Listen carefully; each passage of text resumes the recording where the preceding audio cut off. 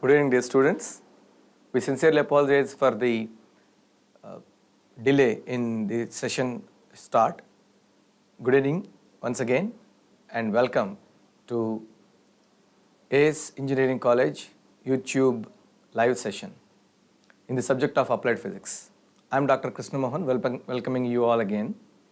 So today's session is the continuation of where we have left in the previous evening. So we have started unit 1, which is quantum mechanics and solids, and we have discussed a few topics in it based on the importance of how they have been asked in various JNTH and AS R22 R20 regulation and semester examinations. Now here today we will be moving further from what we have discussed so far in the previous class. We have stopped in between the concept of chronic penny model. Before I begin today, I would like to tell you that today we are not going to start the second unit. Those who are looking for the second unit, which is semiconductor materials and devices, that is not going to be started today. Today we will be discussing completely about unit 1. So the completion of unit 1, we are going to discuss about the short answers questions that can come in unit 1 that have already appeared in the examination in unit 1. Not only that, we are going to do a few numerical problems in unit 1, because unit 1 is one of those particular units where you would be finding numerical problems in the final examinations. So therefore it is essential for us to also do those numerical problems. Right. So that means no second unit today. So today we will be sticking completely to unit 1, and we are going to discuss the other important topics corresponding to unit 1. Hope we'll be finishing whatever we intend to do today. Thank you. So let us start. Now I'm going back to this slide. So for that I may have to move this slide sorter. So I would be moving over here to get to the previous slide. That means that where I would be moving into that particular slide. Just give me a second so that I can move to that particular slide straight away, and we can start our presentation. So we are into chronic penny model, right? So this is where we were yesterday. We are going to go further. So we also discussed that one. So we'll have a brief recap of what we have discussed yesterday in chronic penny model, and then we go forward. Now, so we would be starting over there, yeah, this one, right? So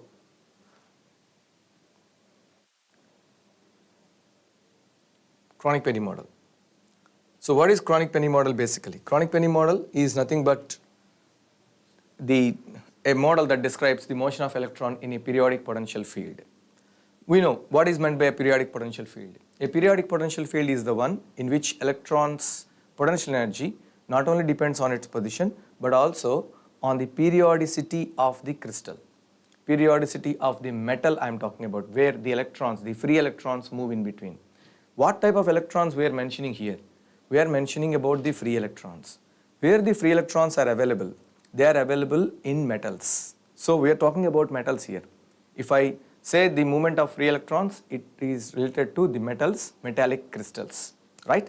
Now, so this model actually gives a clear idea about how the electrons would be behaving. For that, what they have considered is the one-dimensional array of atoms, and this is a graph between the potential energy of an electron with that of its position. These are ions which have become ions. So because they have lost electrons, they have become ions. So we know that this particular graph is all about. This graph is about the potential energy being maximum in between any two metallic ions. Sorry, I'll get back to that. In between any two metallic ions, and is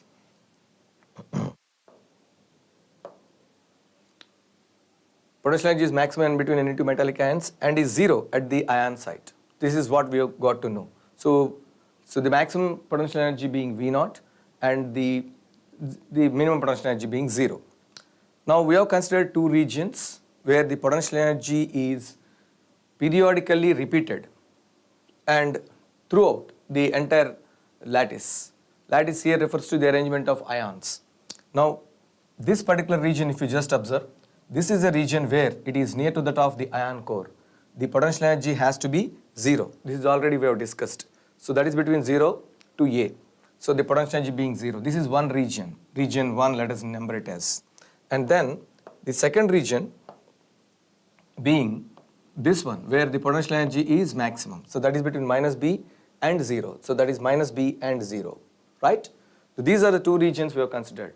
Now applying Schrodinger wave equations onto these two regions, we will be fetching the desired results. We will be discussing about that. Also, I have discussed about the difference between Bloch's model and the chronic penny model. I will be skipping straight away to the chronic penny model. So I will be going to this one, where we have got these two equations, the Schrodinger equations applied onto those regions. The first region is the one where potential energy is equal to 0. So this is V is equal to 0. The second region is the one where the potential energy is maximum. So this V naught is the maximum potential energy.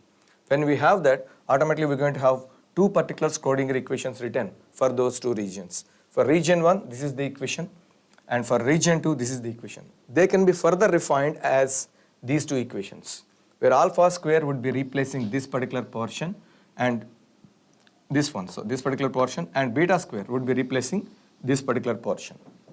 So we have got equations, these Schrodinger equations. When we consider the solutions of those equations through the Bloch's model, where Bloch has given us particular type of solution for a particle moving under the influence of the periodic potential, say an electron in a periodic potential field. When the electron moves in a periodic potential field, its potential energy is going to depend on the periodicity also. So therefore, there has to be a periodic term that is involved, and based on that periodic term, if at all the solution is considered and sufficient mathematics is done, we would be arriving at this particular equation, where P sin alpha A by alpha A plus cos alpha A is equal to cos Ka, where K, I already told you, is a parameter known as propagation constant. The other name of it is wave vector. We have written these two anyway.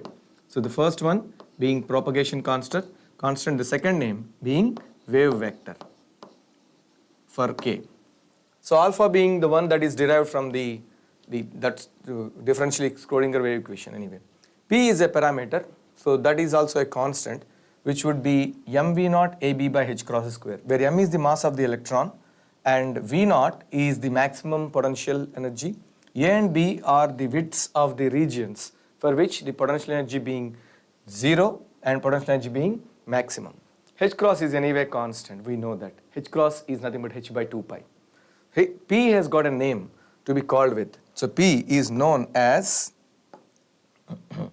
scattering power of the potential barrier. Actually, P is a measure of how much would be the binding on the electron by the lattice. What do we mean by that? So we have this particular set of ions, in between which the electrons would move. So there will be binding of that particular lattice over the electron, and that binding will be given by this parameter. P can be intermediate, P can be large, P can be small also. Based on that particular binding, so we are going to have different values of P. Correspondingly, we are going to have different effects for the electrons. What are those effects that we are going to study under chronic penny model? Moving further, so this is what we have stopped, where we have stopped yesterday. So this is about the graph between the P sin alpha by alpha A plus cos alpha A, which happens to be the LHS of the equation that we have got. So in the previous slide, with that of alpha A. So this alpha A is on x-axis. So this is nothing but the variation that we have got for alpha, this P sin alpha by alpha A with plus cos alpha A with alpha A. Now this variation cannot exceed +1 and -1 values. Why? Because that one which is on y-axis is equal to cos Ka. Whatever may be the values that we attribute to Ka, the highest values and the lowest values of cos Ka would be between 1 and -1. So therefore, whatever you take for alpha A here, we can have only those values allowed for us, which are between +1 and -1. That means between these two lines. Now I am going to consider only those particular values of alpha A for which the curve would be remaining between +1 and -1. What is the importance of that one? Because The curve can have any particular portion, any particular space that it can occupy. But the thing is, we have a limitation here. So this particular variation of this one with this one can be between +1 and -1 only. That means we can have only those particular portions of alpha A which are allowed for us. Why? Because if that is not the case, this particular, if at all we have to consider these particular values also which are outside +1 and -1, the solutions of wave mechanical equations, what we call as Schrodinger equations, will not exist. The solutions will not exist. That is the problem. So therefore, in order to make the solutions exist, that means we are arriving at this equation only by applying mathematics on the solution of Schrodinger equation. So therefore, if at all there is no solution, so there cannot be any mathematics applied, and then there cannot be any graph that we can draw. So that's why we have to consider only the portions between +1 and -1. We will be taking a value, an arbitrary value for P, which happens to be 3π/2, a constant value. We know P is a constant already. We attribute some value to it, which is 3π/2. Now the figure is drawn taking P as 3π/2 and the variation of alpha A with entire y-axis, which happens to be that one. Now that is like this. Now I would be considering only the allowed values of alpha A. Only the allowed values of alpha A means, so if you consider this portion of the curve, now let us just check. The allowed values of alpha A would be remaining between these two parts. That means this highlighted portion. I would highlight this with another color so that you can understand it even better. So I am highlighting it with white color, right? So I would be considering only the allowed values of alpha A, for which the curve would be remaining between +1 and -1. This is one set. Agreed or not? So because it is starting here and it is ending here. So this is the slantness of the curve. Because of that, this is the only portion that we have for that allowed values. Now similarly, we can also draw using this particular portion of the curve, which is again inside +1 and -1. So that is this one. And as you go further, so automatically this particular portion also between +1 and -1. So all these highlighted portions with white color on one side are going to give us the allowed, the permitted values of alpha or alpha A, for which the curve would be between +1 and -1. Similarly on the other side also. So I can consider this particular portion. So if at all, why I am doing this? Because I want to have this allowed region. So I can get it by having lines drawn from these two ends onto this axis. So that this is the region, so that is permitted for alpha A. So this is again similarly the other portion on the other side, right? Now, why didn't we have these values? Because at this portion, just see, the curve is outside, as you can see. Here also, we won't have these values of alpha A allowed. Why? The curve is outside again. So these values cannot be allowed for the electron to have. So that means we're going to have only the allowed values of alpha A. Now, this is one particular range of alpha A values that are allowed for the electron. These are other ranges on that side. And similarly, so there are values for alpha A also, pi, 2pi, 3pi and so on. We could draw up to an extent here. The other side also the similar way, so where the same distance is carried out in terms of pi, -2pi and -3pi. Now these particular portions, highlighted portions, would give us the allowed values of alpha A, for which the solutions of Schrodinger wave equations exist. I am repeating. These shadowed portions are going to give us the allowed values, the permitted values of alpha A, for which the solutions of Schrodinger wave equation exist. How?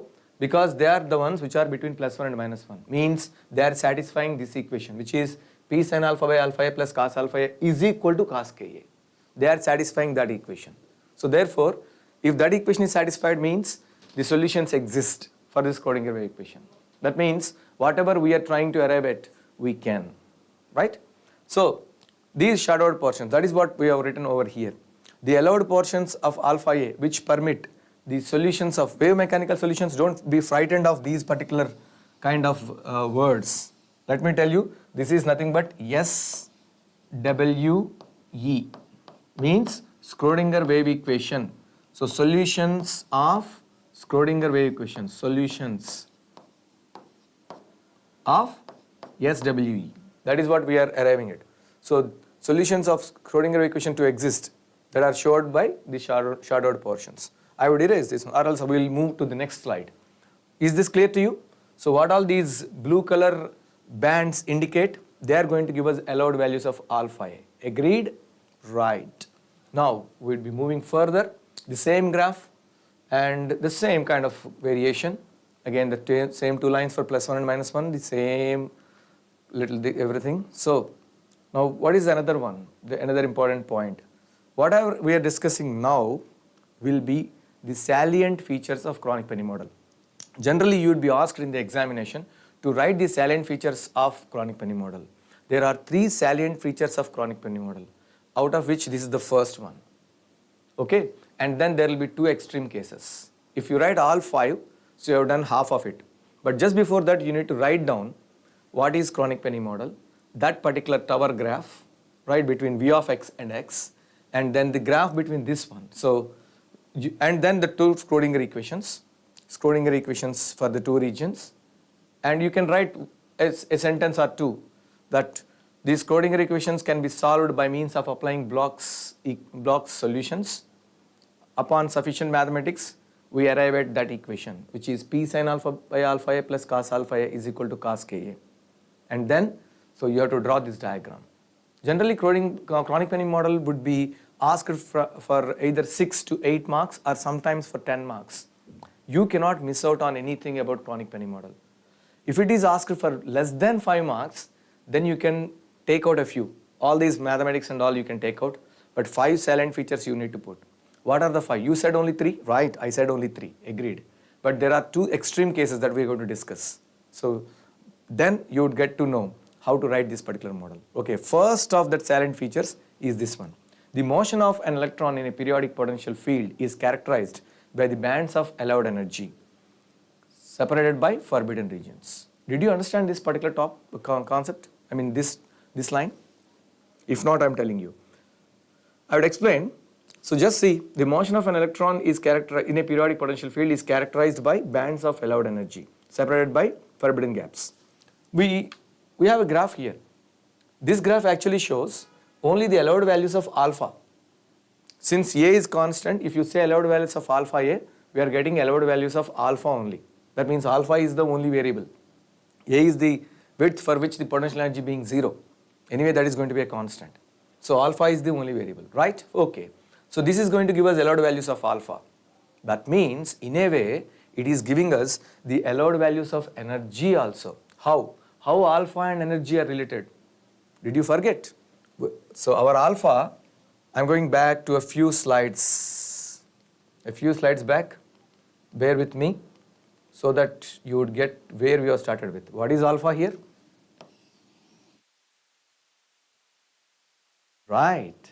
So that is the relation between energy and alpha. Alpha is equal to root of 2me by h cross square. That means alpha square is equal to 2me by h cross square. So I will be moving further so that to explain to you about that relation between alpha and E, and automatically how this particular line that we have written here is justified. So that is nothing but the relation is alpha square is equal to 2me by h cross square. This is E, the total energy. Now from which I can write E is equal to alpha square h cross square by 2m. What is h cross? Constant. What is m? Mass of the electron, constant again. That means E is dependent only on alpha square. That means E is dependent on alpha. If at all you have one value of alpha, E will be having only one value. If at all you are having number of values of alpha, you will be having number of values of alpha. If at all alpha is a range, E will be a range. What is E? Energy. Energy of the electron. So what does this particular model tell? This tells us that the energies of the electrons are going to be in ranges because the values of alpha are in ranges. These are the allowed values of alpha. That means you can just consider them to be just like the bands of allowed energy. So they are also if you just keep alpha out, put E over there, they are also like that. So this is an energy band. This is an allowed energy band. This is also an allowed energy band. Understood? Because the values of alpha are going to give us the values of energy. If energy is, the alpha values are like a band, the energy values are also like a band. So that means we're going to have bands of allowed energy. There are gaps too in between. How do we call them? These particular gaps are known as forbidden regions. What do we mean by forbidden here? Left out, non-permissive. So these are the values of alpha which are not permitted for the electron to have. Because, so they are crossing either +1 or -1 on both sides. So they are not permitted for the electron. These alpha values are not permitted. That means these values of E will not be also there because these alphas will be left out. So these are called as forbidden energies. For that energies in the sense, no sense if we say forbidden energies, that there is a gap that electron can never have. These energies electron can never have. So these are the energies that the electron can have. So this is the difference that they brought to the nature of electron when it is moving in a metal. Because of that, there are many doubts that we can get cleared. Is that clear? The point again, coming back to this point, which we have justified now, the motion of an electron in a periodic potential field is characterized by the bands of allowed energy separated by the forbidden regions. So these are nothing but the bands of allowed energy. Agreed? All these. And what are the gaps in between? Right, you know them. How should you call them? Right? They are forbidden regions. So this is feature number 1, salient feature number 1. So that means an important concept of chronic penny model. Now the second salient feature, if you observed or not, I am going back again to the previous slide. Did you observe these bands? Observe these bands carefully. What is your understanding of these bands? Okay. Yeah, you're right. So as you go this side, the width of the band is increasing. You got the point. So that is what I just want to tell you. Why this happens, I'll explain the next slide. So this is the one, right? I'm taking only one side. As you can see, this is the portion which is not clear to you, but I'm drawing again. But this is a portion where the curve is between +1 and -1. Again, this is a portion where the curve is between +1 and -1. We can have all these portions. Right. This is the increasing direction of alpha A. You won't deny it. And this is nothing but the y-axis, which happens to be the center concept. We know that is also equal to cos Ka anyway. Now, as we move this direction, what would happen is alpha A would increase. If alpha A increases, so then sin alpha A by alpha A would decrease. Effectively, it is a decrease only. We know as alpha A increases, sin alpha A increases, right? But sin alpha by alpha A is going to have a net decrease in it. At the same time, as alpha A increases, cos alpha A would decrease. So the net effect of the center y-axis is a decrease because of alpha A, increase in alpha A in a given direction. P is anyway constant. So therefore, because of the decrease, the curve would try to fit itself between +1 and -1 values. So the y-axis as it goes forward automatically would decrease more and more with increase in x. So therefore, what would happen? More portion of the curve would come inside between +1 and -1 values. So that means you're going to have more width for these particular bands. So how do we write this one? You can tell us, right? As alpha A is increasing, so automatically the width of the allowed band is increasing at the expense of the forbidden gaps. Because the volume being the same, the space being the same, that cannot be altered. In this space, someone is getting bigger means someone has to get smaller. Who is getting bigger here? Right, the allowed band, allowed energy band. Who will be smaller now? So the forbidden gaps. So the forbidden gaps get narrower now. They get narrower. So automatically the width of the allowed bands is going to increase at the expense of the forbidden bands, the width of the forbidden bands. Right, this is point number 2, feature number 2, salient feature number 2, right? So there is to be third feature that also will come across. Is that clear? So I'm moving to the third one.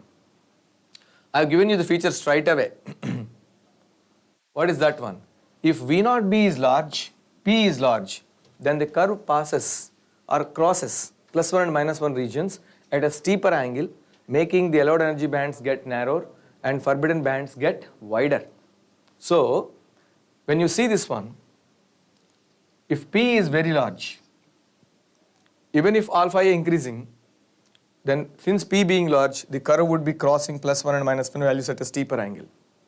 What is P? We know P is equal to M V naught A B by H cross square. Now in this, so there will be a product V naught B. Now this V naught B is called as strength of the potential barrier. Strength of the potential barrier. However, P is, which is a part of P is known as scattering power of the potential barrier.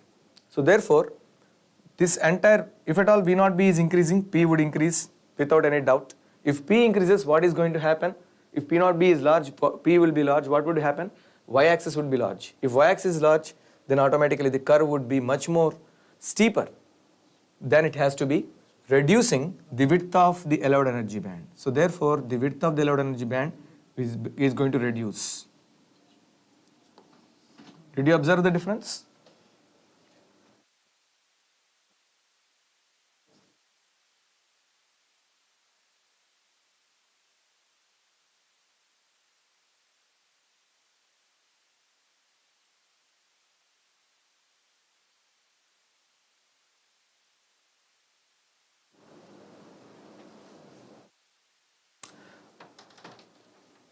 So, this is the third point, the third feature. If V naught B is large, P is large, then the curve would be crossing +1 and -1 values at a steeper angle. Because if P is large, as I have told you, the curve would be crossing the +1 and -1 values at steeper angles, reducing the allowed energy bandwidth. But if at all allowed energy bands are reduced, which should increase in the same space, along with allowed bands, there are forbidden gaps alternately coming, right? So therefore, the forbidden bandwidth is going to increase. Remember this point. If P is increasing or P is large, then automatically the forbidden gaps increase. The allowed bandwidth decreases. If P is large, the forbidden bands increase. The allowed bandwidth decreases.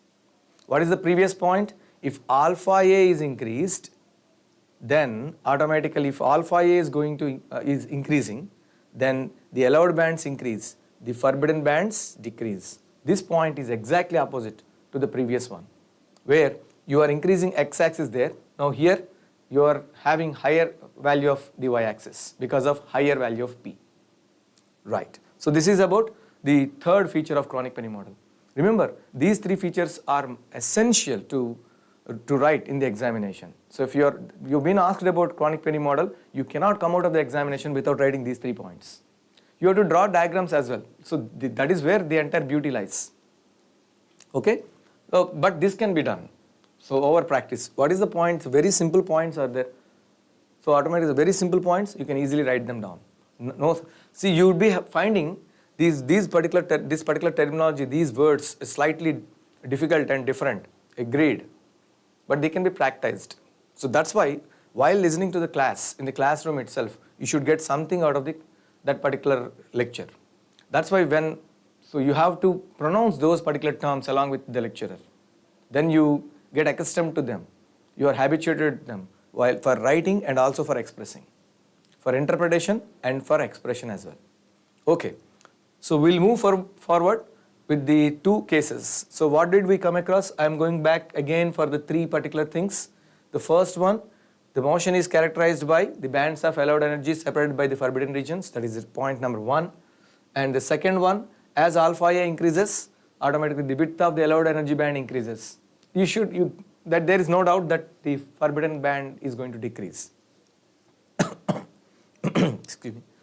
And then the third point being about the y-axis. If P is very large, automatically the curve would be crossing the +1 and -1 values at a steeper angle, unlike the previous case, and ultimately resulting in the reduction in the allowed energy bandwidth and in growth or increase in the forbidden energy bandwidth. So that is the point, that is third point. So if these 3 points are there, salient features are almost over. Now there are two extreme cases that we need to see. So these are the ones that you can see where they have reduced, there is the reduction, right? Now we're going to discuss about the two extreme cases. The 3 salient features are over now, the 2 extreme cases. Now one of the extreme case, because this entire program, entire topic is all about the chronic penny model.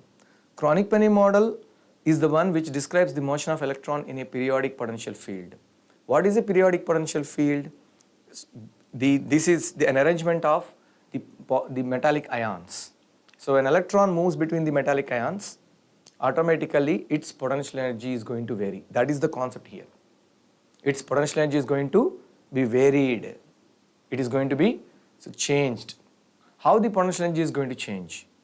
The potential energy depends also on the arrangement of ions. That is what the conclusion of this one.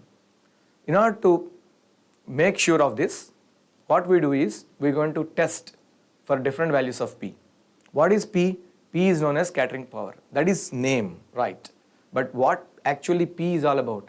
P gives us the binding of the electron, binding of the lattice over the electron. P gives the binding of the lattice over the electron. So that means higher the value of P means more the binding of the lattice over the electron. What happens if at all binding is more? So that means all the ions would be attracting the electron, because electron is negatively charged small particle, and the ions are heavy and immobile but positively charged. They have their attraction. Because of this, the electron movement can be hindered. This happens when electrons' potential energy is purely based on the periodicity of the crystal, the arrangement of the crystal. Larger the binding of the lattice over the electron, then automatically lesser the value of, higher the value of P. Larger the binding, higher the value of P. Fine. Now let us come back to a case. We are going to test for the 2 extreme cases of P. One P being infinite, the other one P being 0. So if P is infinite, what can happen to that equation? So we have written this equation as P sine alpha A by alpha A plus cos alpha A is equal to cos Ka. Agreed? Now if P is infinite, what would happen? Consider P to be 1 by 0.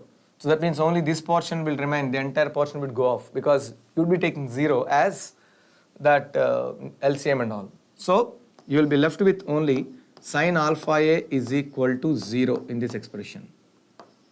Right? If sin alpha A is equal to 0, we have general solution for it as alpha A is equal to plus or minus n pi. I would be taking these values, so that alpha would be equal to n pi by A. So if alpha is equal to n pi by A, alpha square, which happens to be 2m E by h cross square, we have seen from the previous slide, now becomes n square pi square by A square. Give me a minute.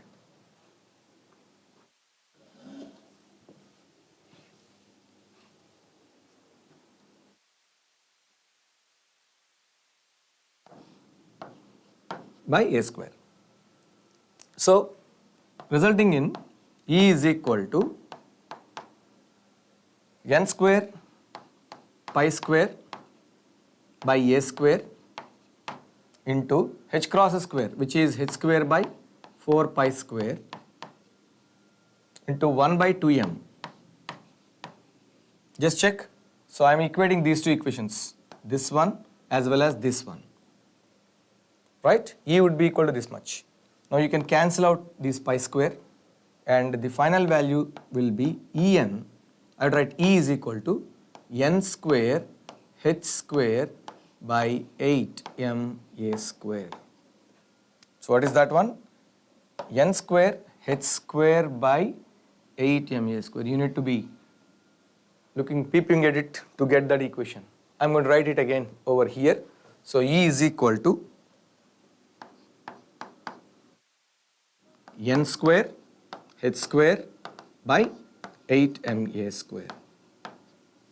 Now h is a constant, m is a constant, a is also a constant, which is the width of that region where the potential energy being 0. So automatically E would be depending only on n square. Agreed? Where n is just a number which has so actually evolved from this equation, right? So therefore E depends on a number. This number is not a normal number. This is called as quantum number. This quantum number is different from the quantum numbers you have studied so far. It's not all those quantum numbers that you have studied for an electron when it is inside an atom. This is for an electron which is free from the atom, moving in between the metallic ions. So this quantum number is different, but this also gives the energy as that of the importance of those quantum numbers. This quantum number gives energy. Now if n is equal to of some value, say equal to 1, you would be having E is equal to h square by 8 ma square. Right? N is equal to 2, you would be having 4h square by 8 ma square, right? So this is how the energy is going to change, but only single values which are dependent on n. So therefore we would write this equation for E as En is equal to n square h square by 8 ma square, because n is the parameter that is going to give us energies. Now this is actually showing that the energies of the electron are single valued. For a given value of n, you're going to have a single value of energy, what we call it as discrete value. So there are random energies that are going to be there. Say the first value of energy you're going to have is h square by 8 ma square. What is the second one? 4h square by 8 ma square when n is equal to 2, right? That means for n is equal to 3, you'd be having 9h square by 8 ma square. How about the in-between values? Means the first value being h square by 8 ma square. What is the second value? 4h square by 8 ma square. Means where are 2h square by 8 ma square and 3h square by 8 ma square? Where are 5, 6, 7, 8 h square by 8 ma square? They are missing. That means these values are not continuous. They are randomized. So they are discrete. But this discreteness or randomness is governed by this parameter n square anyway, in a specific manner. Right? You can have the squares of those particular values of n, correspondingly you would be having those energies. That means, but only single values of energy. Not like the bands. We have seen the energies as bands till now through chronic Penny model. But they would get narrower to a single line if at all P is very large. P tends to infinite, which can be shown by means of this particular graph. So this is the graph that shows only lines here, no bands existing. So what does each line indicate? So a line would be for a particular value of n. Say let us suppose this to be for n is equal to 2, this to be for n is equal to 3 and so on. Maybe another line somewhere over here for n is equal to 1. So that means your bands have reduced now to single lines. But this is a possibility only when P tends to infinite. P is very larger, which is an extreme case, not normally existing. So therefore, this is one extremity which we need to understand here. I'm going to take out this entire mathematics part because you have understood it. Where we have started at, when P tends to infinite, our equation has given us sin alpha A is equal to 0. That means the general solution is alpha A is equal to n pi, alpha becoming n pi by A. And when alpha is equal to n pi by A, alpha square is this much n square pi square by A square. We have already alpha square as 2m e by h cross a square. When equating them, you're going to end up as En is equal to n square h square by 8 ma square, which is an equation for the discrete values of energy. So when P is very large, what is P here? What is P? Not scattering power, it's the name only. See, what is P basically? Right, binding of the lattice over the electron. That is how you need to understand, that is how you need to remember. So binding of the lattice over the electron is the one that defines P. However, it has got a name. So what we call it as a scattering power, right? So that means if P is tending to infinite, means P is very large. For higher binding of the lattice over the electrons are going to exhibit only discrete values of energy. Shall I repeat? For higher values of the binding of the lattice over the electron, higher the values of, for large values of P, higher values of binding of the electron over the, binding of the lattice over the electron, the energies exhibited by electron are going to be single valued, discrete in nature. Keep that in mind. So this is one extreme, right? And then, so we go for the other extreme. Guess what? What would be the other extreme? Your guess is right. One is p tending to infinite. The other extreme has to be not minus infinite, mind you, because we have checked for infinite anyway. So the other one is p tending to 0. So what would happen if p tends to 0? Let us just check. So again, I am writing the same equation, p sine alpha a by alpha a plus cos alpha a is equal to cos ka. Okay. Now, if p is 0, p tending to 0 means p is 0, cos alpha a is equal to cos ka. Okay. Then alpha is equal to k. Okay. Alpha square is equal to k square. That is also okay. What is alpha square? 2me by h cross square, right? So that means your E will now be k square h cross square by 2m, right? So that is, what is k here? We have a name for k, wave vector, propagation constant, but we have a value for k as well, which is 2 pi by lambda. In that case, k square would be 2 pi by lambda whole square. And what is h square, h cross square? h square by 4 pi square, because that is h by 2 pi whole square, right? 4 pi square, right? By 2m. So this would result in a value 4 pi square by lambda square into h square by 4 pi square, that is in the numerator, square here, right? Divided by 2m. So there will be cancellations, yes. 4 pi square would go. You are left with h by lambda whole square. I would write like this one. H square by lambda square, right? Divided by 2m. So this is going to be interesting here. We have discussed about de Broglie yesterday, right? What was his theory? What was his concept? Now we can say de Broglie concept because it's no more de Broglie hypothesis. We have an experimental evidence which we have discussed already, Davison-Germer experiment. Okay, what does de Broglie say? Every moving microscopic material particle is associated with a wave whose wavelength is inversely proportional to its momentum. Lambda is proportional to 1 by p, or lambda is equal to h by p. Means I can write p as h by lambda.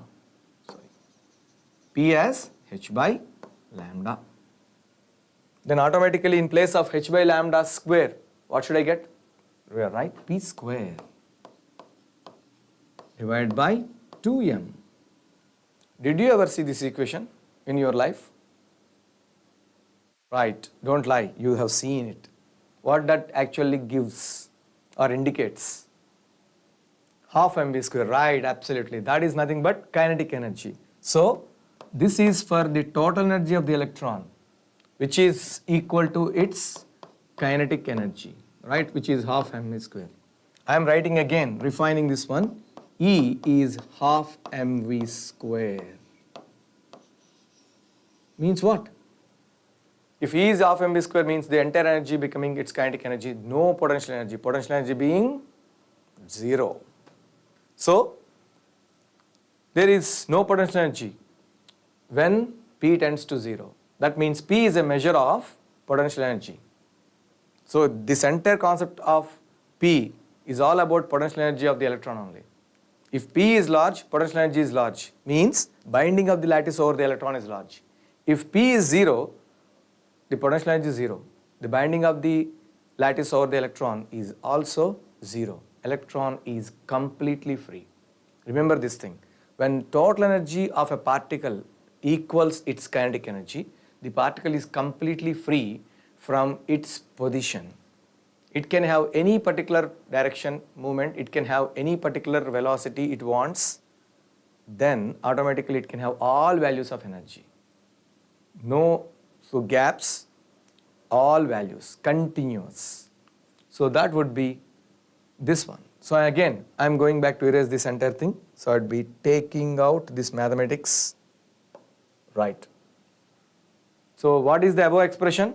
This one. We are ending up at E is equal to half mv square. The total energy of the electron is now equal to its kinetic energy. When that happens, electron is completely free. Let me tell you how I am stressing about complete freedom of electron. Because there are two things that you need to understand.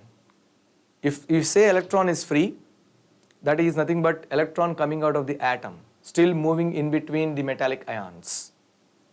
Electron coming out of the atom, so you would say it as free electron.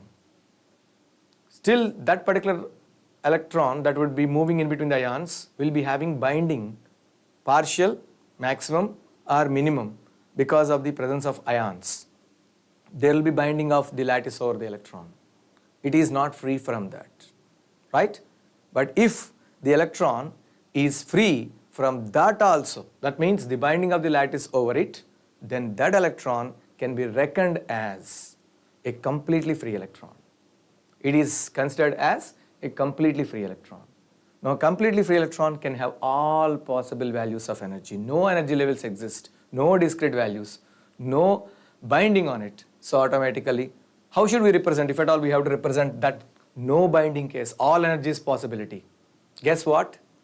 You can fit that curve between +1 and -1. If that is the case, so you can say from here till here, so how far we can go, all energies are allowed for the electron. All energies. There is continuity as far as the energies are concerned. There are no gaps in between. But this is also an extreme case.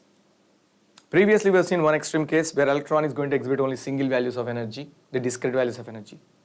The second case is another extreme where electron can have all possible values of energy without any gap in between them. So these two are two extremities which are not general in nature, which are not practically existing in nature. So that's why materials, if at all you say different metals, would be having some binding, some partial binding of the lattice over the electron. So because of that, the energies exhibited by them will be in ranges instead of single values or instead of continuous set of values. So you are going to have ranges of energies exhibited by the electrons. This is what the specialty of this chronic penny model. It gives us a beautiful picture of how the electrons' energies would be in a given metal. They are going to be just like ranges. So one metal will be having slightly higher binding than that of that. Automatically these particular ranges would differ, right? So the energy ranges would differ. But the scenario remains the same. What is scenario? There will be an allowed band, the forbidden band, allowed band, forbidden band, and so on. They may have, so the difference as far as the widths are concerned. So that's why there is a difference between the conductivities of different metals, which could not be explained by both the classical free electron theory and the quantum free electron theory. Both could not explain why materials are conductors, semiconductors, and insulators. On what basis we can divide them? The basis that was predicted both by the classical theory and the quantum theory falls short of the experimental results. But whereas this one found to be very much in line with that of the experimental results because of one important change that they have brought in. Bloch has brought in, chronic penny has brought in. That is nothing but the motion of an electron is in a periodic potential field, will be in a periodic potential field. So they named that field, that potential field as periodic. That means, what is a periodic potential field? We know that the arrangement of ions gives a potential field. That is a uniform field according to both classical and quantum theories, uniform field. But according to this particular model, what we call it as the Bloch's model or the extension of that one as chronic penny model, gives the potential field is purely periodic, where the potential energy also depends on the arrangement of those ions in the material. It's not the number of electrons alone that can decide the conductivity of the material. That's why I'm going to come across with a normal example here. When you consider two particular metals like aluminum and silver, say Aluminum will be having 3 electrons that it is going to give out to the material. So aluminum 3 plus ion is available. So automatically 3 electrons it is going to actually gift to the material for conduction, right? But whereas silver is going to give out only 2 electrons. The electron charge being the same, and if at all you consider the same particular dimensions of these 2 materials, the conductivity of silver would be quite larger compared to that of the aluminum. Why? Because it all depends not on the number of electrons that are available. It depends on how they can move in that arrangement of ions. So the arrangement of ions in silver possibly might be so free so that the electrons can easily move through and have most possibly all possible values of energies. Thus, the conductivity would be higher compared to that of the aluminum arrangement, the ions arrangement in the aluminum material. So because of that, so there will be difference as far as the conductivity is concerned. So we should really thank Kronig and Prenny for giving this particular model, giving us an idea why different metals or different conductors would have different conductivities. We have the answer for that. So it's all depending on the arrangement of ions. We call it as periodicity. Because of this periodicity, electrons motion would be differing. Because of this periodicity, electrons motion would be differing. Clear? So I'm going to give this entire concept in a nutshell by means of this particular diagram. So this is where I need to stand anyway. So this is the diagram that is between E and P, where E is the total energy, P is nothing but the potential energy, or you can call it as potential energy or binding of the lattice over the electron, or it has got a name, scattering power. Now, so for a completely free electron, we have just seen all energies are possible. So that means this entire thing is filled with this color. Now when you see the other extreme, so this corresponds to P near to 0, right? Because this is increasing axis of P. This is P is very large, nearing say possibly infinite, right? In that case, what we can have? Only discrete values of energy, like these lines, right? So discrete values of energy. And then the moderate binding, which is a normal case, a general case in materials, in metals. So there will be moderate binding of the electron, binding of the lattice over the electron. So you're going to have these particular energy zones, energy ranges. So instead of the complete set of values, instead of the single values, you're going to have ranges of energy separated by the forbidden gaps. So this is a possibility. Depending upon the change or the difference as far as the widths of that particular ranges of the energies, there will be differing conductivities in materials. So we'll take a short break here, possibly for 2 or 3 minutes, and then regroup. We'll be moving on to discuss many other topics which are important for the first unit. Thank you.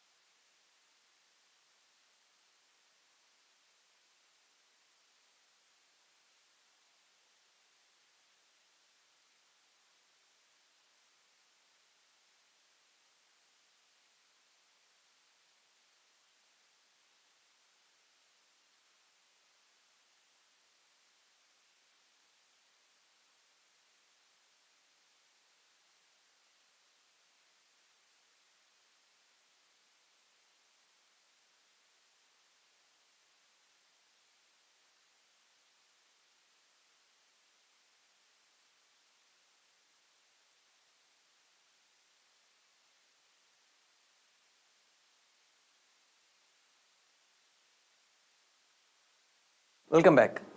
So our next topic would be energy bands in solids.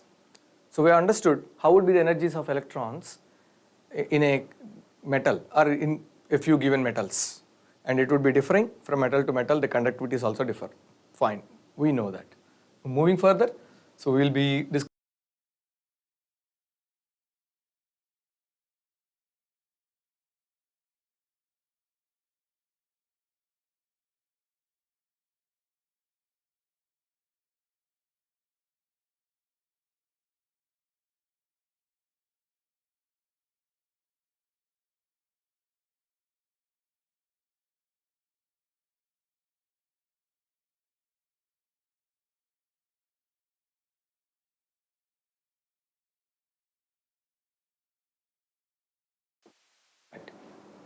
So for an isolated atom, we will be having nucleus and also the electrons surrounding that one. These are the valence electrons, the outermost electrons. Now when they come out of that particular valence shell, automatically they would become free electrons. Fine. This is how the energy levels for these electrons. This energy level, a single line for the inner shell electrons almost having the same energy, and then the second one is for the second shell, third one for the third shell, and so on. There may not be this many levels, but this is how the energy level structure would be for a single atom, an isolated atom. So the energy levels are purely discrete in nature, single values, right? Now, if this electron is coming out, then it becomes a free electron. We have discussed that. We know about a free electron, right? Okay. Now, if at all you consider two such atoms interacting with each other, how would be the energy levels get affected? Now, this is atom 1, so whose energy levels are initially like this, representing almost the same, and this is atom 2, so isolated, whose energy levels would be like this. When they are interacting with each other, interaction can be like a bond, right? That is what. So there can be different kinds of bonds that can be formed between atoms, so that they form solids, right? So these two are the energy level structures of these two particular atoms. When they interact with each other, the structure would become like this. So instead of one single lines, they merge together, so they're going to form like this. This corresponds to two lines here corresponding to the 4 electrons, inner electrons here, and then these 2 lines for the next electron, these 2 lines for the next electron, and ultimately this one has to be for the outermost electrons of these particular interacting atoms, right? So this is for a single electron, that is for the 2 electrons which are interacting with each other, and where the energy levels are going to overlap with each other. So interacting electrons would have energy levels also overlapping. Now if you extend it in all 3 dimensions for the entire material, which actually is a solid, now how do we have? So for a bulk solid, the atomic arrangement would be like this. So more number of atoms, even so with their very, here whatever I have shown here is few in number, but when you consider even a small piece of a material, maybe of the size of 1 centimeter cube, maybe a cube, a dice that you actually play with of 1 centimeter on all 3 sides would be consisting of Avogadro number of atoms in it, 1 gram atom, Avogadro number, somewhere around 10 power 23 to 10 power 24, that many atoms would be there. So in a given small piece, 1 centimeter cube dimension of the material. So I am taking a few here. In that case, these particular atoms would be very much close together. They are very much interacting with each other, forming that solid. In that case, we would be having those energy levels also overlapping with each other, forming bands. Now, this is corresponding to the first electrons, the inner shell electrons. This corresponds to the next shell. This corresponds to the next shell, and so on. This has to be the last shell, what we call it as the valence shell. So this would be called as the valence band. All these are looking like bands, agreed or not. There are gaps in between which are forbidden. That means these are the values of energy the electrons can never have. The first shell electrons energies and the second shell electron energies would differ automatically by large. So that's why there is a gap in between those two bands. How a band is formed? Because of the overlapping of all these electronic energies of the entire solid. Now this one is nothing but the valence shell. So the valence band, I mean to say. Valence band would be consisting of the energies of all the valence electrons. Valence band would be having the energies of all the valence electrons. So this is nothing but, this is a zone, this is a range of energies. What range I am talking about? The energies of what? The valence electrons. So for the entire material. Now after all this, I have also drawn another particular empty band, what we call it as a conduction band. So this one is only for materials which have free electrons. The free electrons are also called as conduction electrons because they actually do the work of conduction. Whether it is electrical, sometimes thermal also.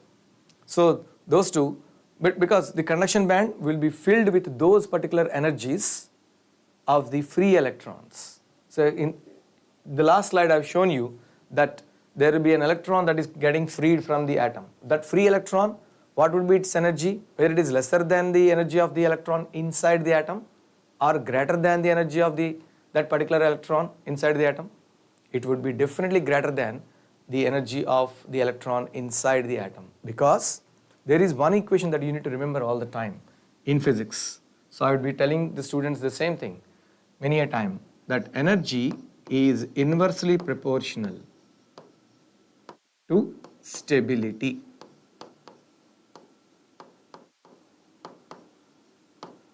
Energy is inversely proportional to stability. So that means, now tell me, which particular electrons are more stable? The electrons inside the atom or electrons which are wandering as free electrons outside the atom? So electrons inside the atom would be much more secured because they would be what all they have to do? They have to revolve around the nucleus in orbits. That means their place is fixed. So they cannot have instability. Whereas this moving electron outside the atom can be at any place. The stability is not very much, so we can say that it is not so stable. So therefore, lesser stability, higher energy. The free electron would have higher energy. So that's why we will keep the energies of all those free electrons in this particular band, what we call it as conduction band. So this is the energy level structure of a solid. We can represent the energy level of a solid by means of the bands. Generally, these particular bands are called as inner bands. I would come across this one. So these particular bands are called as inner bands. So this is the valence band, this is the second band, this is the first band, this is the conduction band, right? These inner bands, electrons or energies are of no use for us. If at all the material has to form a solid, which electrons would participate in bonding? Right, the valence electrons. Which electrons would participate in electrical conduction? Again, the electrons that have come from valence shell. Which electrons would participate in thermal conduction? Again, the electrons that have come from valence shell. That means it all would be boiling down only to these two particular shells or the bands, the valence band and the conduction band. So therefore, in an energy level structure, we would be starting with the valence band at the lower level, because valence band electrons having lesser energy compared to that of the free electrons, which would be filling the conduction band. So that is how we do it. So from here onwards, when we draw energy level structure, so we would be starting with valence band at the bottom and the conduction band at the top. So there will be a gap in between, what we call it as a forbidden gap, just like the other forbidden gaps too. But these are of no use for us. So we are not going to count them, because these electrons are fixed to their shells. They won't come out. They won't contribute to anything. So that's why, so we can delete that one. So moving further, so this is what I was just mentioning.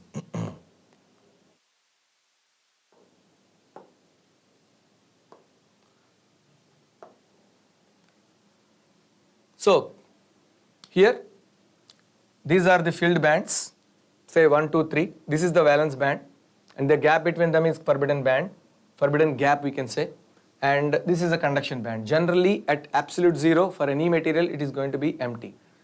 But some metals, because of low ionization potentials, so would be having free electrons even at low temperatures, maybe near to that of absolute zero.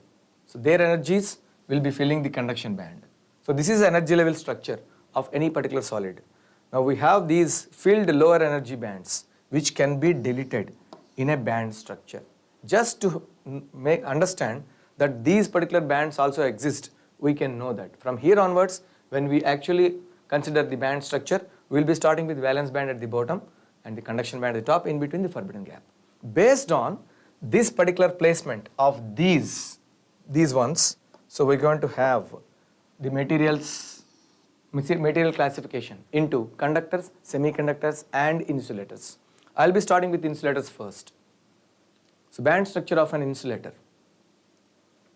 Now an insulator is the one which do not have free charge carriers. What does that mean? That means electrons are still with the atom. Then automatically no conductivity. That's what. There will not be any conductivity at all for an insulator because of no free electrons. But how should we represent this in energy band structure? We should represent it in a way that the gap between the conduction band, that means the free electron, and the valence band, the valence electron, is that high that this valence electron can never achieve that particular difference and get into conduction band. That means physically inside the material, if you just see nucleus and the outermost electron, so this outermost electron can never come out and become a free electron. Understood?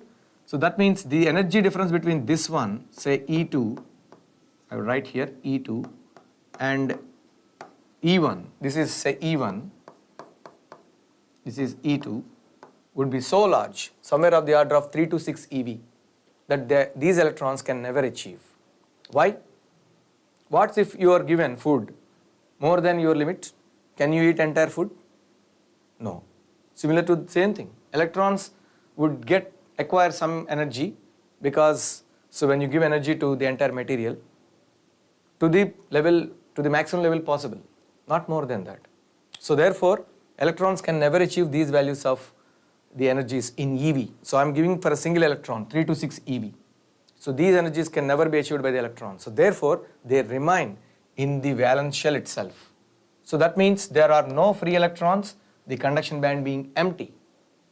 So this is how we interpret for an insulator. What are the examples for such insulators? There are many. So a few of them, diamond, sulfur, glass, air is also an insulator. That's why, so there is no conductivity as far as now is concerned. People are trying for the wireless conduction. Let us see how far it would be succeeded. Then plastic, rubber. There are many other materials also. Materials like nylon, plastic, polythene, then aluminum nitride.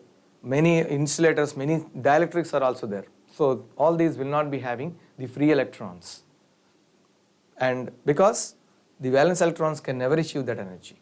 This is all about the band structure of an insulator. Did we discuss this band structure for an insulator now? So this particular structure you know already. Where it has come from? From Conic-Penny model. Conic-Penny model is the one that describes us that there can be bands of allowed energy separated by the forbidden gaps. So that is the origin of energy level structure, energy band structure. Conic-Penny model is the origin of the energy band structure. So as an extension to that, we are discussing about the band structure of different materials. We have started with an insulator. So the band structure is this way.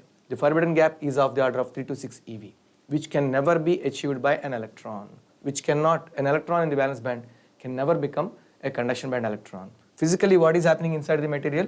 An electron, so that is there in the valence shell, whose energies you would show it in the valence band, and a free electron, whose energies you would show it in the conduction band.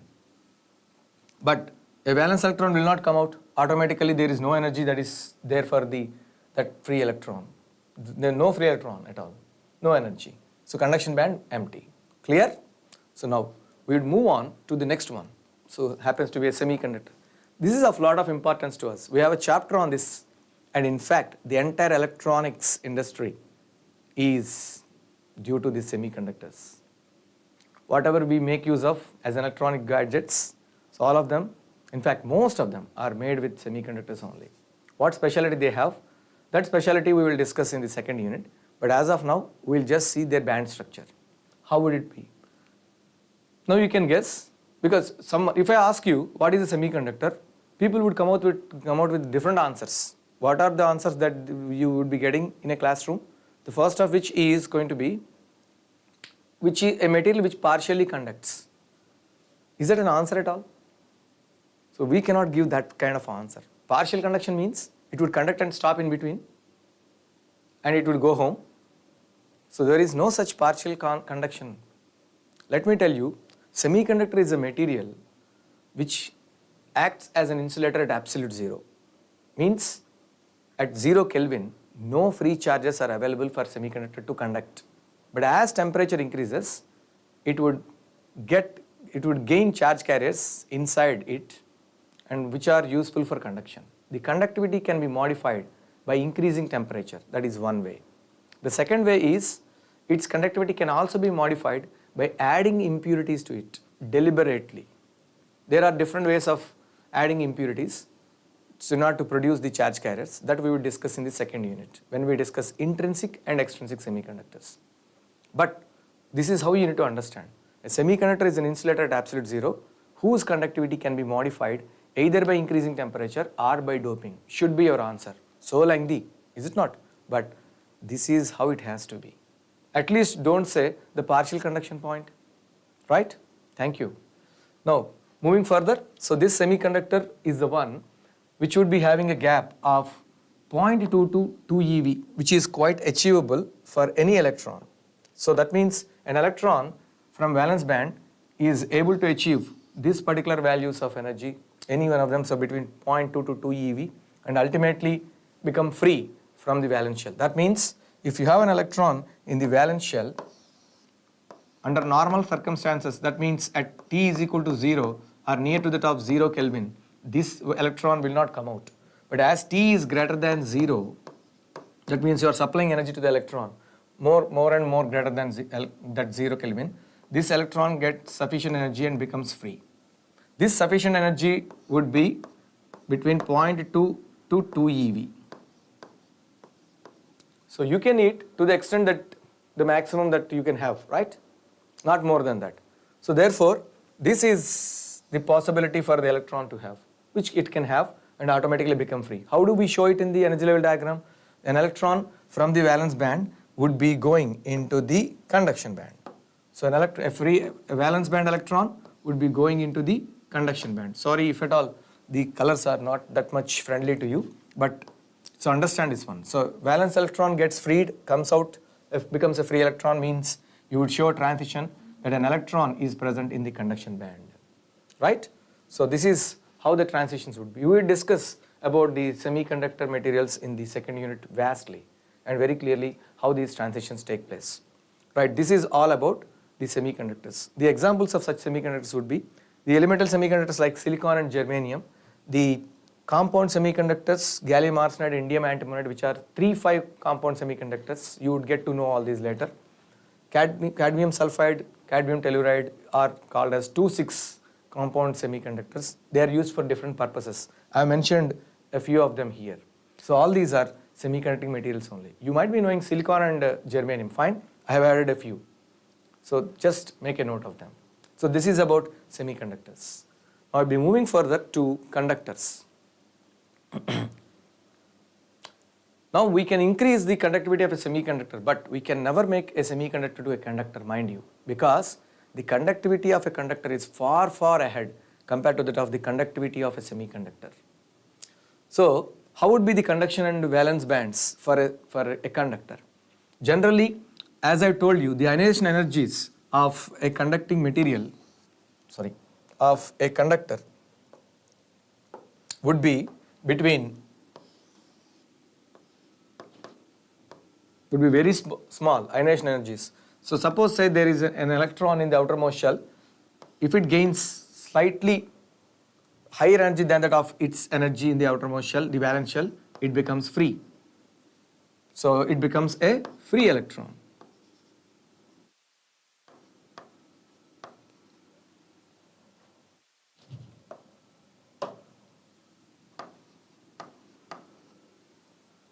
Right? This free electron automatically would be in the conduction band. That means with slight supply, sufficient supply of energy, automatically the conduction band, each valence band electron can become a conduction band electron. Therefore, so these two will not be having much of a gap. Generally, they will be overlapping with each other. That means a portion of the conduction band would be ending up over here, possibly valence band also getting into a small part of the conduction band. So therefore, there is this overlap. So there is no boundary between them. There is no forbidden gap at all. So metals or conductors will not be having any forbidden gap. So if at all you ask me strictly about a value, put this 0. So generally metals would be having the forbidden gap to be 0 eV, right? This is all about a conductor. What are the examples? All the metals, the noble metals, the alkali metals, right? They would have large conductivities and the best examples of conductors. So this is all about the classification of materials into insulators, semiconductors and conductors, right? Now this is based on the origin of the bands, energy bands in materials. Chronic penny model again. Now moving further, we have an application of Schrodinger wave equation, what we call it as particle in a one-dimensional potential box.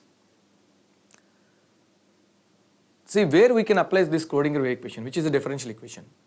Let me tell you, when we go back to Schrodinger wave equation, how did we understand that one?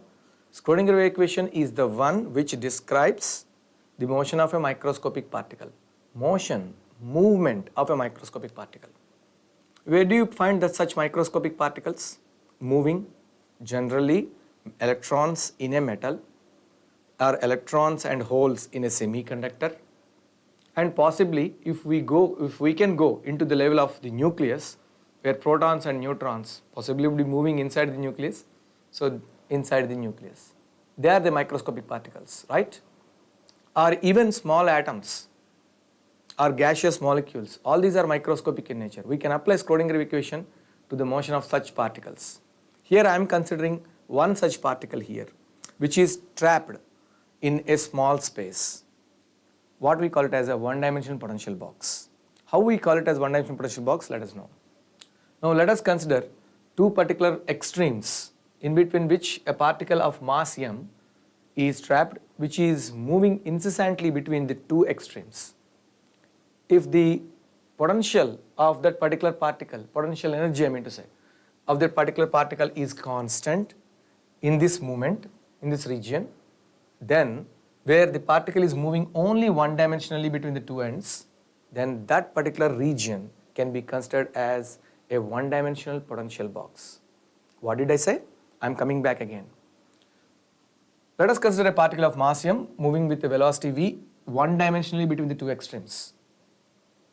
When it does so, the potential energy being equal to is constant, then that particular entire region, what we call it as a one-dimensional potential box. Why the name potential here come in between? Because I am mentioning the potential energy of the electron being constant. Not only that, at the extremes, the electron's potential energy would be infinite. Why? Because electron can, or particle, this particle, not electron, let us suppose particle to be, these particles this particle cannot overcome these extremities. If at all it has to overcome that extremities, it should have very large energy. That means these act as barriers. These extremities act as hindrances. So just like walls of a room. So if in a closed room, can we cross those walls? These walls act as barriers. Similarly, the motion of electron is also being acted upon, hindered by means of such barriers over there. Right.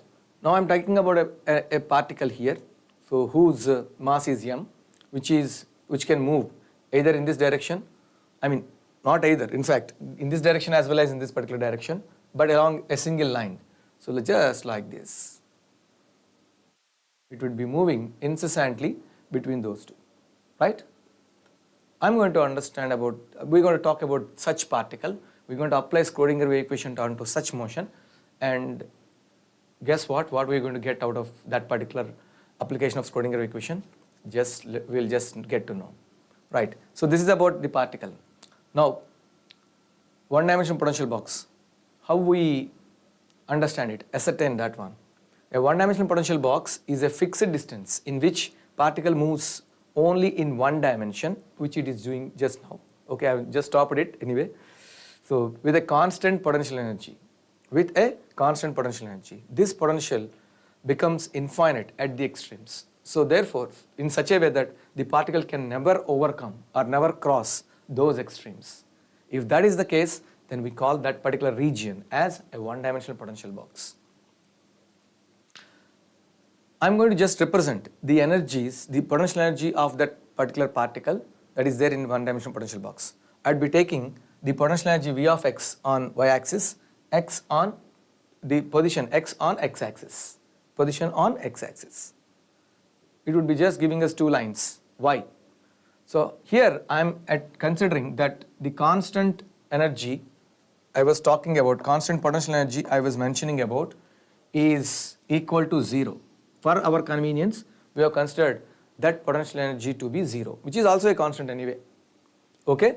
So if at all V of x is equal to 0 between these two extremes, and the V of x is equal to infinite at the extremes, how to represent that graph? By means of two lines only. At one at the, so this end, so at x is equal to say 0, the other end is going, the other end is going to be at x is equal to say a, where a is nothing but the width of this box. A is nothing but the width of this particular box. You can say length also, fine. So there is no problem for me. Then these two extremes would be having infinite potential energy. If that is the arrangement, we call this one as one-dimensional potential box. Okay, we have understood what is meant by one-dimensional potential box. Now what are we going to do? We're going to apply Schrodinger equation onto that particular particle's motion and see what happens next. So the same thing, so where the particle would be all the time moving in between incessantly, and I'm going to apply Schrodinger equation to that motion. So the Schrodinger equation for this motion would be d square psi by dx square plus 2m by h cross square into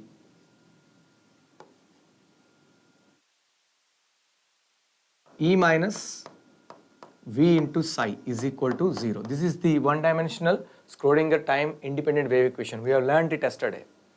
Now, what is V here? Potential energy. What is our potential energy here when the particle is inside the potential box? 0. So, this equation will become d square psi by dx square plus 2m by h cross square into E psi. This is equal to 0. Right?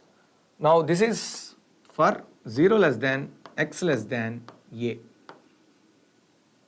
0 less than x less than a means that is inside this box only. Right?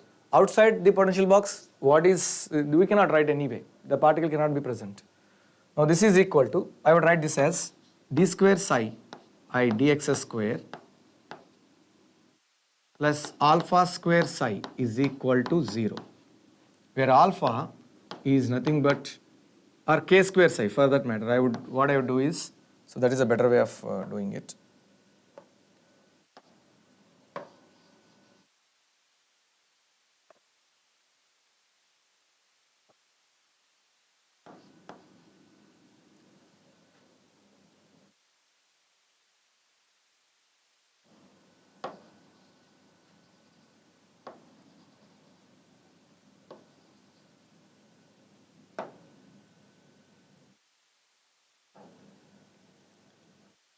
So let us suppose this to be d square psi by dx square plus k square psi is equal to 0. Now this is the second order differential equation. The solution of this equation would be of the form psi of x is equal to a sin kx plus b cos kx, where k is nothing but this value, which is k is equal to root 2me by h cross square. Now we're going to apply the boundary conditions so that we can evaluate the arbitrary constants a and b. So we have a solution for this differential equation which describes the motion of this particular moving particle in between the two extremes. What we call this one as a one-dimensional potential box. Right. So I'm going to erase this entire portion once you understood this one. So, and then move further to get the values of a and b. Right. So I'm going to apply boundary conditions. Okay.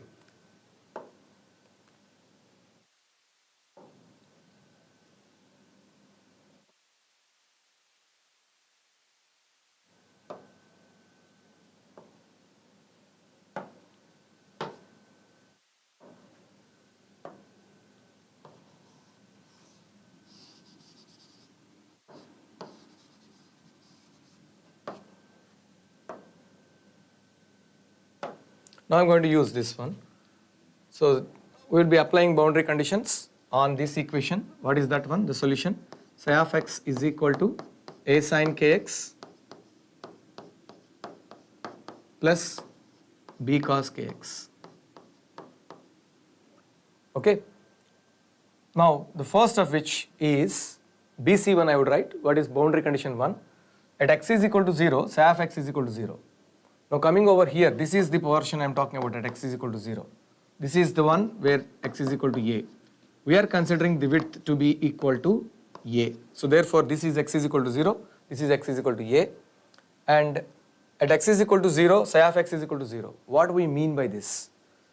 Psi square is giving us probability, agreed or not? Probability of presence. Can the particle be present at any of these extremes? Let us suppose at least at this extreme, which is at x is equal to 0. The particle can hit and move in between those two incessantly without losing energy. These particular collisions are purely elastic in nature. There is no transfer of energy either from the walls to the particle or from the particle to the walls. That is how it is. That is how we suppose. That is what we mean by one-dimensional potential box. But here at x is equal to 0, psi square, what would be the value of psi square? The probability of presence of the particle, 0, because the particle would touch and go. Can you say if it touches and goes, that particle would be present over there? No. Maybe for a very little instant it can be there, but that cannot be considered as presence. So therefore, psi square would be 0 over here, the probability. That means psi can be 0.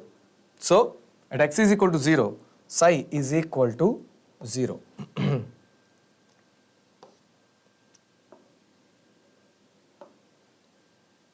I am applying this one onto this. So that is 0 equal to a into sine 0 k into x, that is nothing but 0, plus b into cos 0, because k into x again 0. So here this sine 0 is 0, automatically this term would vanish, resulting in a value that b is equal to 0 for us, because cos 0 is 1. So b into 1 is equal to 0, that implies b is equal to 0. That b is vanishing now. So our equation will now reduce to psi of x is equal to a sin kx only. Still needed to find this value of a, which happens to be the arbitrary constant. Now I am going to apply second boundary condition. Possibly, let us see where we can get to. The second boundary condition is just like the first boundary condition. At x is equal to a, psi of x is equal to 0. As particle cannot be present over here at x is equal to 0, similarly it cannot be present at x is equal to a also. It would hit and come back. So its probability is 0, psi of x is equal to 0. So automatically we will be having this equation written as psi of a, because I have to put x as a, is equal to 0, right, which happens to be a sin ka,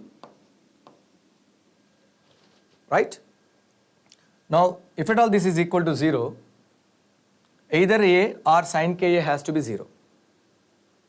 Now if a is 0, automatically the solution vanishes, because our solution would be consisting of a sin kx plus b cos kx.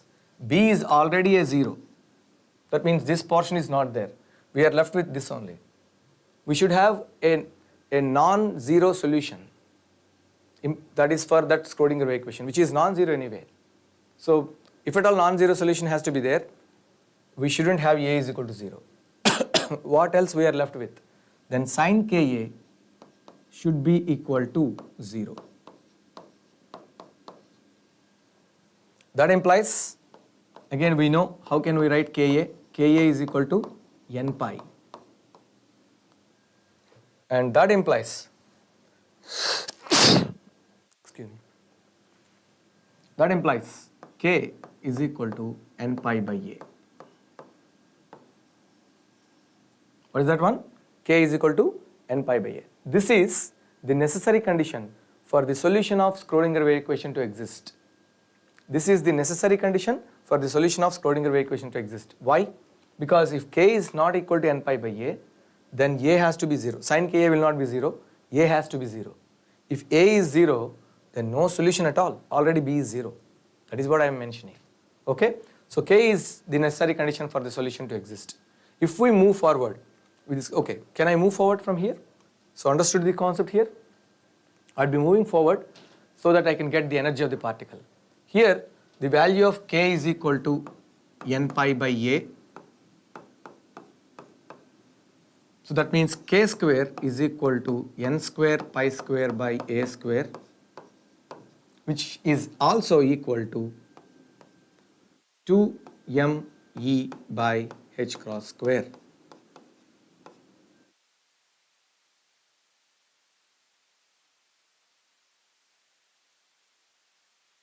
Right? Now I'm going to write the value of K here, E here. E would be equal to n square pi square by A square into h cross square, that would be h square by 4 pi square divided by 1 by 2m and divided by 2m, right? So this would finally result in a value equal to, so you would have pi square cancelled, n square h square by 8m A square.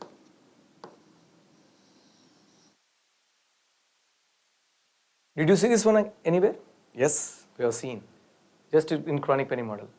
This has to be discussed first, then that chronic penny model. So in an order, when we discuss about this particular concept, I mean in the classroom as per syllabus. But here we are discussing after this chronic penny model, because chronic penny model is important as far as the examination is concerned. And we are coming in a way that most asked questions are first to be discussed, right? So that is why this has come later.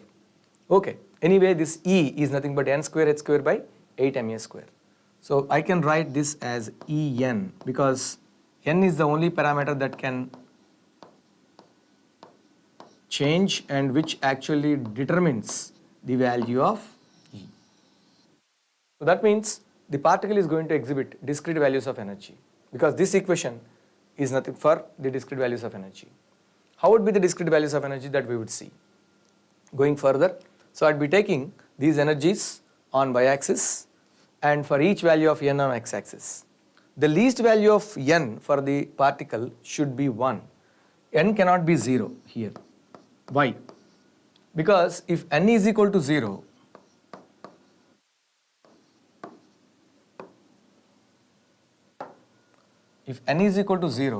then automatically you would have k is equal to 0. Then you would have psi is equal to 0. The solution again becoming 0. That is one thing. Not only that, if n is equal to 0, then k is equal to 0, then E is equal to 0 from this equation. So E is equal to, based on n and k, right? So automatically E would be also 0. So therefore, you cannot have a particle moving so like that between the two extremes with 0 energy. So therefore, n cannot be 0. So the least value of n should be equal to 1. For n is equal to 1, what would be the value of E? We can write it as E1, so which is h square by 8ma square. N becomes 1, right? H square by 8ma square. Now what would be the value for n is equal to 2?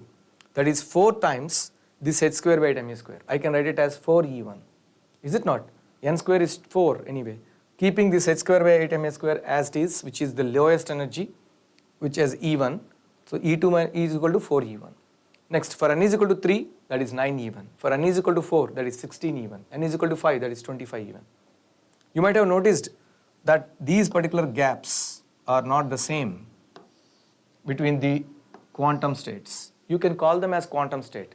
N is a quantum number. Did you forget that? We cannot, right? So this is the first quantum level, or you can say first quantum state. N is equal to 1 means not first quantum number, first quantum level or first quantum state. So when the particle is in its first quantum state, it would be exhibiting lowest energy, happens to be h square by 8ma square, called as 0 point energy. So this energy is called as 0 point energy. How do we call this one as? 0 point energy. Right? When the particle is in the second state, this is the energy that is exhibiting. Third state, fourth state, fifth state. Where were the second and third? Missing. Where were the 5, 6, 7, 8, again missing. So they were about, how about the values between 9 and 16? All of them are missing. That means the particle is going to exhibit only the discrete values of energy. Right. Moving further from here, so I'm going to understand the normalization of wave function. Why should we do normalization here? We have our psi of x given as a sine kx. B is already 0. What is a here? A is arbitrary constant. Did we actually get a value for it? No. So did we derive that its value? No. We'll do it now. How? We're going to use normalization. What is normalization? Normalization is nothing but the condition for probability being equal to 1. Where the particle is definitely present? When the particle is between 0 less than x less than a. So between 0 and a, the particle's positions between 0, x is equal to 0 and x is equal to a, if you consider the two extremes as, definitely the particle is present in between these two, so moving incessantly. But outside, the particle is not present. So this is the equation for the particle inside the potential box. We need to find a. For that, what I'm using is, I'd be writing the normalization as 0 to a psi square mod psi square dx.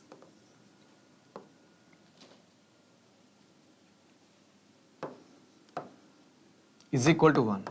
When you substitute this one, so automatically this would be a sine ka kx whole square dx is equal to 1 between 0 and a. Now when you resolve this one, so you can write, so you can take this a square out. So this would be 0 to a sine square kx dx is equal to 1. Now this can be done, this integral, because sine square can be written as 1 minus cos 2x by 2. And if you take that 2 out, 1 minus cos 2x, if you integrate it between the limits, you would be ending up getting a value equal to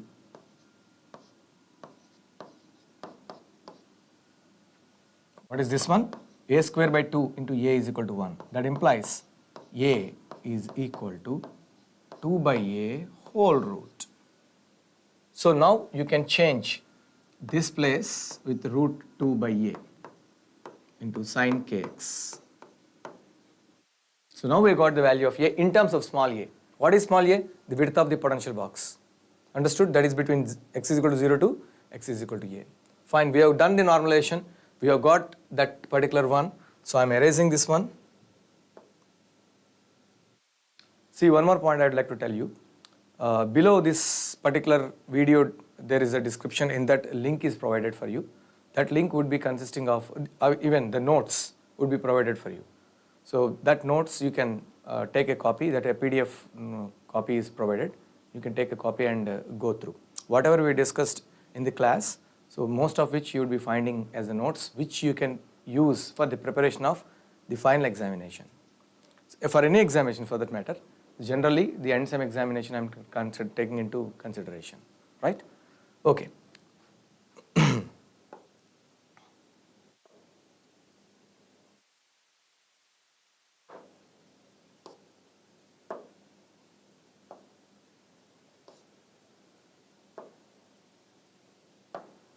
I'd be using a eraser.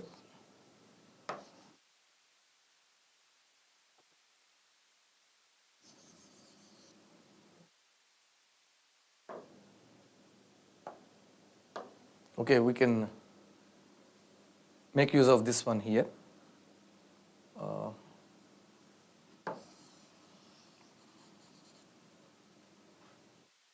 Just give me a second.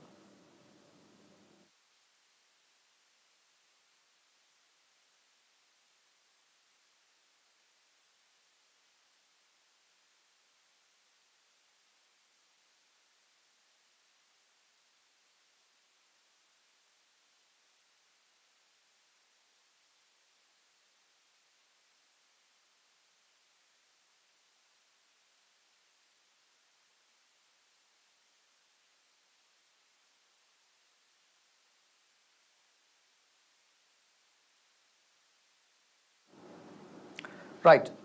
So the normalization of wave function. So we have got, using normalization, the value of psi of x. So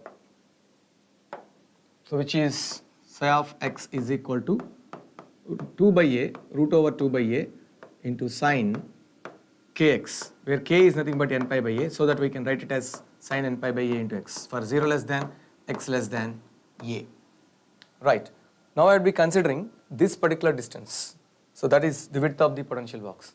When you consider the particle is moving in between those two extremes, there will be waves associated with it.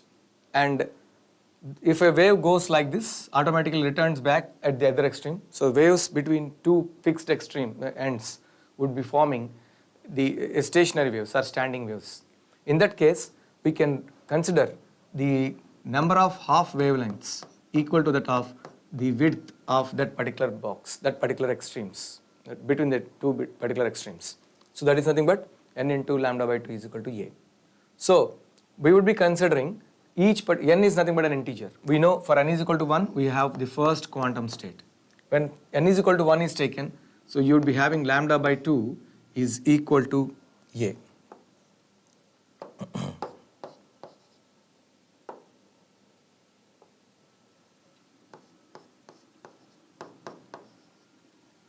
Right? That means you would be having only half wave that is fitting in between the two extremes, just like this. For n is equal to 1, you would be having a wave function psi 1, a half wave is going to fit in between those two extremes. Now for n is equal to 2, when you see, so you would be having lambda is equal to a. That means a complete wave is going to fit. For n is equal to 2, the corresponding wave function is given as psi 2. Similarly, for n is equal to 3, you would be having the corresponding wave function giving us a value equal to 3a by, so that means 3 lambda by 2 is equal to a, right? That means 1.5 wave would be there for n is equal to 3. Now why should I give this interpretation here? Now you have got this representation of waves which would be actually giving us nodes here. This is a node, this is a node. There are 3 nodes corresponding to this particular wave structure. There are 3 nodes, 4 nodes here corresponding to this particular wave structure. What does each particular node indicate? Each particular node indicates the position of maximum energy for the electron, for the particle. Position of maximum energy. Now, in n is equal to 1, which happens to be its first quantum state, the energy is equal to E1, which is nothing but h square by 8ma square, and the corresponding wave function is psi 1. All the values of energy E1, E2, E3, E4 are called as eigenvalues of energy, and the corresponding wave functions are known as eigenfunctions. Eigen, the spelling of that one is written as E-I-G-E-N. This is a German term, in fact, in Germany, because this entire concept is given by Schrödinger and Max Born automatically. This happens to be a word coming from Germany, which actually means own. So if you say eigenvalue means its own value. You can also say, I have an eigen house, right? You have your own house. You have an own house. That's right, that's what you mean. Eigen means own here in Germany, right? Anyway, coming back to our concept, so eigen here refers to, so these functions. So there are own values of energy which are called as eigenvalues of energy, and own functions for each particular quantum state called as eigenfunction. Now one quantum state would be having, so the first quantum state there will be 2 nodes. That means the wave function psi 1 would be having 2 nodes. Each node is an indication of the maximum energy position. There will be 2 such positions at x is equal to 0 and at x is equal to a during, for the first value of n. How about n is equal to 2? How many how many positions are there? How many nodes are there? 1, 2, 3, right? At x is equal to 0, x is equal to a, and x is equal to a by 2, and x is equal to a. So these are the nodes. Again, so as you go further, you would be finding 4 nodes for n is equal to 3. That means the wave function psi 1 would be having 2 nodes, wave function psi 2 would be having 3 nodes, wave function psi 3 would be having 4 nodes, wave function psi 4 would be having 5 nodes. Similarly, wave function psi n would be having how many nodes? Yes, n plus 1 nodes. Each node is an indication of the maximum energy position. So this is how we understand the concept of the maximum energy positions of a particle that is trapped in a potential box by applying Schrodinger wave equation. Moving further, we are going to talk about the most probable positions. After this, we are going to end this session, and possibly in the next session, we will be discussing the important questions, numerical problems, and also the long answer questions in unit 1, possibly for half an hour, and then we can get into the second unit, right? So I will be ending with this particular topic. Now you can write probability, which is equal to psi square dx, mod psi square dx. So here that happens to be 2 by a into mod sin square n pi by x into dx.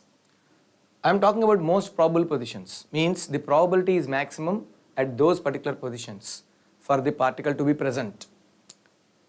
When probability would be maximum? When this particular parameter is maximum. Sin square n pi by a into x is maximum. That is going to be maximum only when n pi by a into x is equal to pi by 2, odd multiples of pi by 2 here for sine, 3 pi by 2, 5 pi by 2,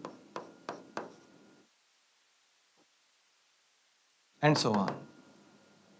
Now that means the values of x as a by 2n, because you would cancel pi, automatically a would come over here and n would come over here, and then 3a by 2n,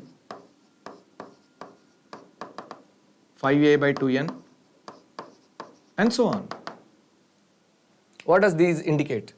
So for n is equal to 1, what are the values of x, which are most probable positions? These are most probable positions for the particle, because when x is equal to these values, n pi by x is equal to this. That means sin square is showing maximum value. So this function is maximum, means probability is maximum. So you are getting most probable positions. When you can get that? When x is equal to these values, right? So for n is equal to 1, what will be the value of x? A by 2. What is the next value? 3a by 2. That would be outside the box. What is the width of the box? We will be having at the maximum of a only. So 3 by 2a, that is 1.5a outside the box. So that is not possible. So that means x is equal to a by 2. Means in the first quantum state, if you just consider between 0 and a for the particle moving in between, if the particle is in its first quantum state, that is at n is equal to 1, the particle is going to be available exactly at half this particular width of the box, exactly at the half of the width of the box at a by 2 here. Now for n is equal to 2, so where this value would be equal to, I would be writing here. For n is equal to 2, x can be a by 4, 3a by 4, 5a by 4 is not possible because it would be again outside the potential box. A by 4 would be like this, and 3a by 4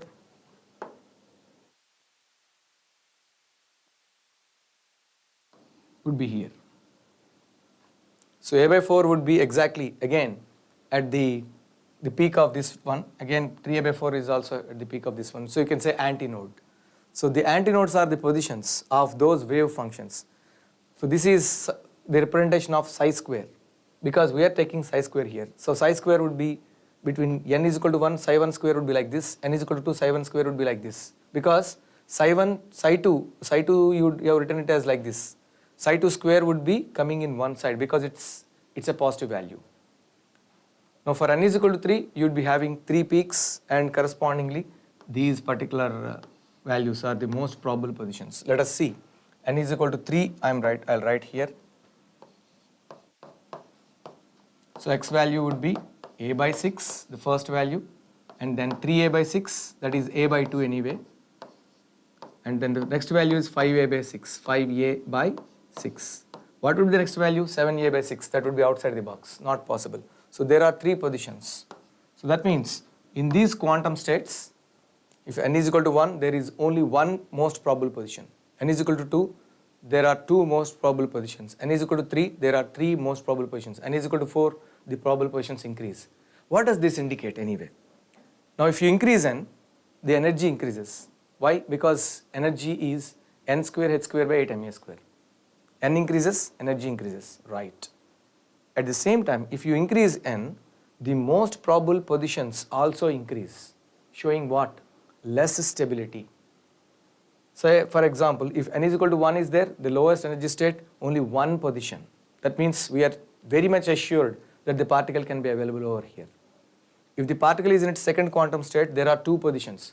So the particle's probability now has splitted, 50% here, 50% here. Now if n is equal to 3, even a higher energy, now particle's probability is now split into three parts, 33, 33, 33. N is equal to 4, the probability of at one place would be only 25%. That means as n is increased, the energy is increasing. As n is increased, the number of most probable positions are also increasing. Showing that, again, reassuring us that energy is inversely related to stability.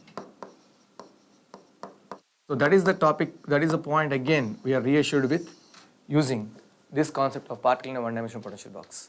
With this, we'll close this session, but there are a few points I would like to mention over here.